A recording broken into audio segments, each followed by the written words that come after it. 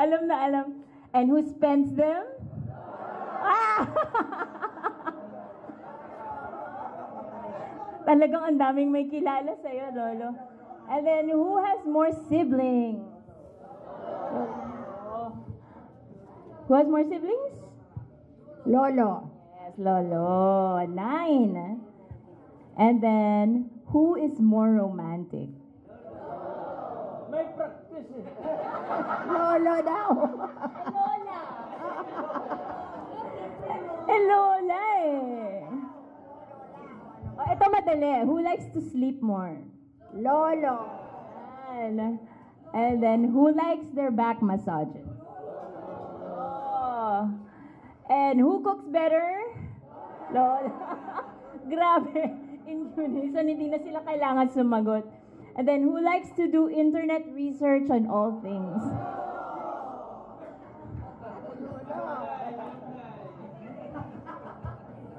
Lahat daw na nasa internet, totoo. Who was born in July? Wala. I know, grabe. Kilalang kilala kayo. And then, who is more organized? Ah? Hindi na lang walang prize. Okay, so who got it perfect? Perfect! Yay! May prize? Nasaan yung prize? Naiwan na naman sa bahay. Naiwan. Nasa fridge. Okay. So next up is kayo. Next up is another song number para naman sa para ulit kina Lolo't Lola. This time, it's coming from Noel and Belma. Noel and Annabelle.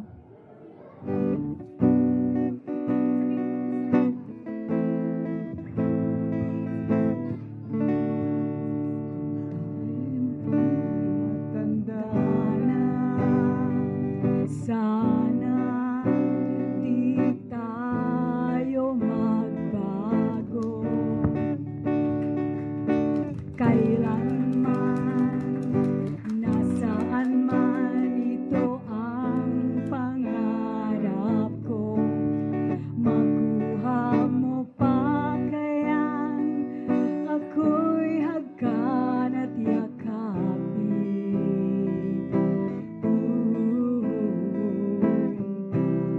Hanggang sa pagtanda natin,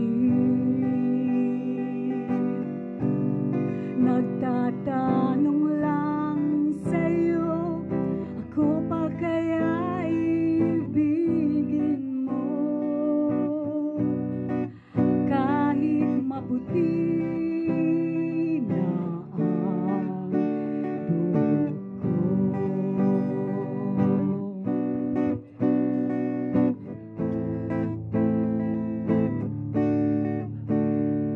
Pagdating ng araw, ang iyong buhok ay puputi na rin. Sabay tayong mangangarap ng nakaraan sa atin. Ang nakalipas ay ibabalik natin.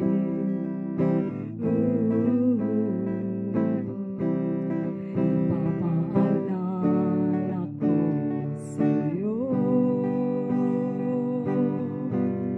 ang aking pangako ng pag-ibig ko'y laging sa'yo.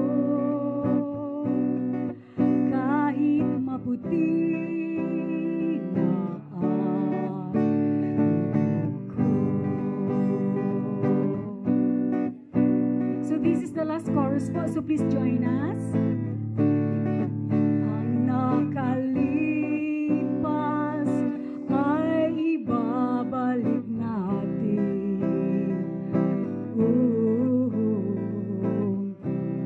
Ipapaalala ko sa'yo ang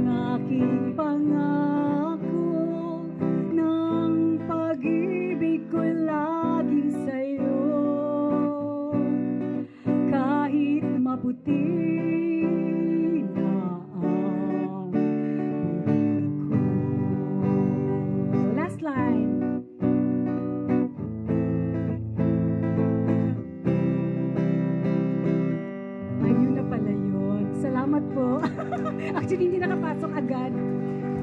Thank you. Wala bang sisigaw ng angkor? Kasi nag-ready daw sino walang isa pa. Pero baka sa 55th anniversary. Thank you po. Okay, thank you so much.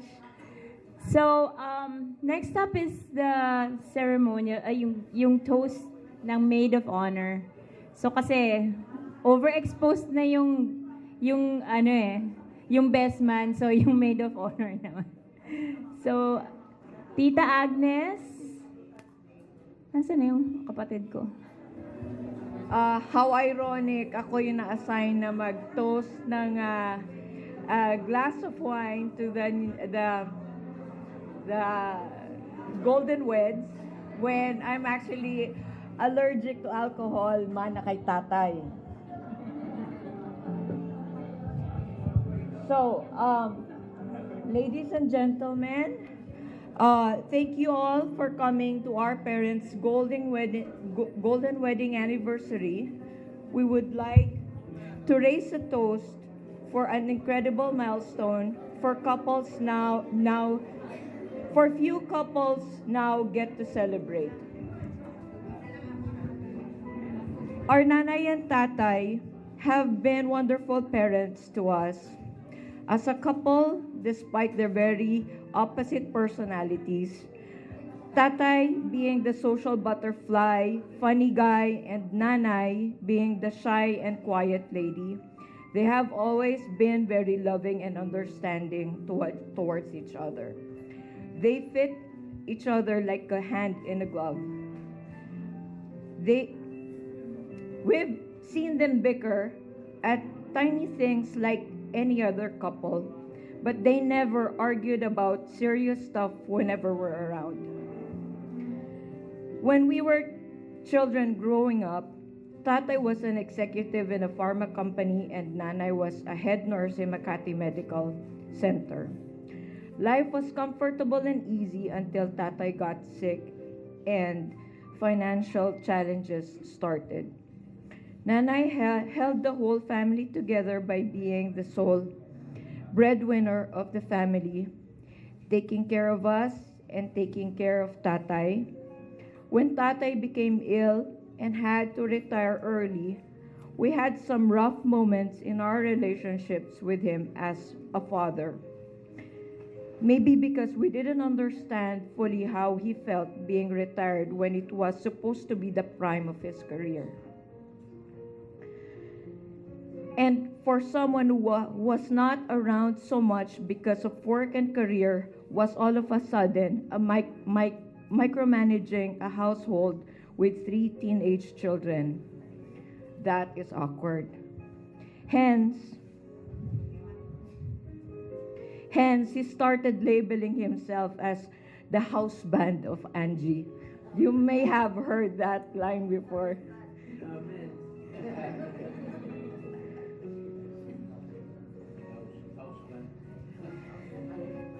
Hence, he started labeling himself as the house band of Angie, followed with his signature laugh we are all familiar with. Eventually, we attended a family encounter with Bukas Loob sa Diyos. Since then, we became even closer as a family. Nanay, and especially Tatay, had time to talk to us about school, work, and were very supportive and encouraging whatever we wanted to do in our career. In retrospect, all these dialogues with our parents kept us grounded, taught us values in life, relationships, and kept us focused in finishing our education and do well in our chosen careers. God has His own way of keeping our family together. Now that we are all grown up, we want to celebrate this milestone with our Tatay and Nanay for keeping it together, for being a very good example for us, and for proving my forever. For being an inspiration and a blessing, not just to us, their children, but also to our family, friends, and even to old and new acquaintances. I have been away for 15 years and are only able to speak with them over the phone, and coming home, I realized that our parents are not just our parents anymore. They have been second parents to a lot of you here too. They have been generous with their prayers, time, knowledge, and help, especially with regards to spiritual and physical well-being. They are truly blessed and are a blessing to all of us. Tatay and Nanay, thank you for your love and acceptance. Let us all celebrate and give a toast to the golden weds. Mabuhay ang dating kasal. Tatay and Nanay, we love you. Kung tayo ay matanda na, sana'y di tayo magbago. Kailanman nasamay, ito ang pangarap ko. Makuha mo pa kaya ako'y hagkan at yakapin. Hanggang sa pagtanda natin,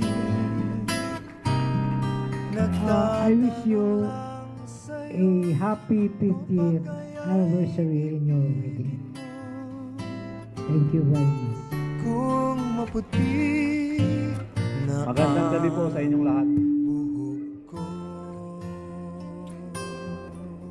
April 8 of this year, we were in the same place Pagdating ng celebrating the exact date of the 50th wedding anniversary buhok ay of Tito Bobby and Tita Angie Mediodía. It was a very simple get-together because Tito Bobby and Tita Angie know well and well waited for this day for all of their children, grandchildren, and relatives and friends to be around. While we were having brunch that day, volunteer speakers were asked to say a few words about the couple we are honoring today. I wanted to speak, but I had a hard time holding back tears as I listened to speakers, so I balked on the chance. I will never be able to forgive myself if I will not speak today. And of course, as I could not mentally organize what I wanted to say, I would not be able to clearly relate to you, especially to the children of Tito Bobby and Tita Angie, how significant and how blessed my family and I are when Tito Bobby and Tita Angie came into our lives. I am Moro Lasso, and I am Mike Regino's brother-in-law because he is married to my sister Lily. In the Pilar community, they are known in the church like Tito Bobby and Tita Angie. Last 2004, my parents-in-law, who are residing abroad, wanted to own a house here in Manila with the condition that it was going to be near the airport. I was very much against the idea because my family was based in Ilocos Norte. And who would man the house, I was telling them. But because it was what they wanted, they prevailed.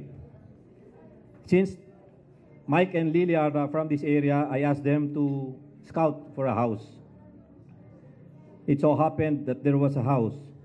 There was this house for sale just across the Mediodía household here in Pilar, which the Reginos highly recommended. This house would ensure that we would be near the Reginos, and so we would more often see each other. And so the house was bought, and the Reginos introduced to us our new neighbors, Tito Bobby and Tita Angie, Tito Larry and Tita Emmy, Salazar, yeah, and of course Tito Jess Rivada. all acquaintances of the Reginos in their voluntary church work. Tito Jess, by the way, is also a relative because his aunt is married to the only full brother of my father. Small world, really, small world. My work requires that I cannot be at home most of the time. So a friendly and peaceful neighborhood means less security worries for me. Besides, I prefer to move around on my own. Who is Tito Bobby and Tita Angie to the Lasos? Agnes mentioned this already. First time for me to see Agnes, pero sabi ko, unknown to them, we consider Tito Bobby and Tita Angie like our parents. Much more than the kamag-anak, as how Tito Bobby would say, kamag-anak ko kayong lahat. The advices, caring, generosity, love and prayers, which they unselfishly gave and continuously give us, have helped us a lot in our lives up to this day. Tito Bobby and Tita Angie looks after our house, to include our house helper, Kathy. They sometimes receive mail for us, parcels for us, because there would be times that no one is left in our house. They would volunteer at their senior age to receive these things for us. During school breaks, when Anna would be at home, Anna, by the way, is in table number 7, you stand up. Tito Bobby would confide to me that Anna was having so much junk food delivered. And this was bad for her health. One time he saw a young man enter the house with Anna, and I was not around. And so he asked this man, who was he, only to find out that he was a cousin of Anna. Tito Bobby was protective of Anna too. Every now and then, we would bump into each other, with Tito Bobby, which mostly happens when they prepare to go to church at 5:30 in the morning. And I would be preparing also to leave for work. He would not fail to ask how everybody is doing. He then would remind me to always be careful in my activities and in my travels. Rarely, when I would be home, and it has been some time that we have not talked with each other, I would sit down with him in their porch, and he would discuss with me various topics on health, diet, medicines, religion, politics, my work, his past experiences, anything under the sun. This could be the fruit of the too much time internet surfing. There was this time that we were talking so long already that Tita Angie had to remind Tito Bobby that he should let me go already so I can have some rest too. I see people belonging to different economic status from our community, but mostly the needy, engage in conversations with Tito Bobby. I could only surmise that Tito Bobby would be educating them on how they would be able to address their health concerns and the available medications, some of which Tito Bobby and Tita Angie make and give for free to the less fortunate. Of course, they would not fail to remind their listeners to continue to believe, to trust, and pray to the Lord. I also came to know that Tito Bobby and Tita Angie, in their own way, regularly visit and assist indigent members of our community. Right now, despite being disturbed with the construction ongoing in our house, he tells me his observation that the workers are doing their respective jobs properly and that no one is relaxing with his assigned tasks. During our early years here in Pilar, I observed that Tito Bobby and Tita Angie never put up decorations during Christmas season. I had the reason not to decorate also because at least I was, accompanying him. But after I came to know more about them, I then realized that they did not have to decorate for the holidays because for them, Christmas Day is every day. For they do not stop from sharing, giving, and loving their community. As for my family, the most significant event which we achieved, thanks to the advice and suggestion of Tito Bobby and Tita Angie, is their Project Ana. I called it Project Ana. Tito Bobby and Tita Angie knows who this Ana is. I introduced to you earlier. In 2006, when Tito Bobby heard that Ana, our eldest, was taking up pharmacy, he plotted her career. He suggested that after her graduation, she should immediately take the board exams, and after passing the exams, she should immediately look for a job. Then after a few years of work, she should consider going back to school for her career advancement, which will come as an advantage when she goes back to work. When Ana failed in her board exams, he advised her not to be disappointed and prodded and encouraged her some more to prepare and review. Instead, he even prayed over her one time when we chanced upon each other's company in church. I know Tito Bobby and Tita Angie prayed for Ana to pass the exams. Because we knew Tito Bobby for a time, he worked in a pharmaceutical company, we believed that Tito Bobby knew what was best for Ana, and we followed all his suggestions. Last April 20 of this year, Ana earned her Doctor of Pharmacy degree from the Centro Escolar University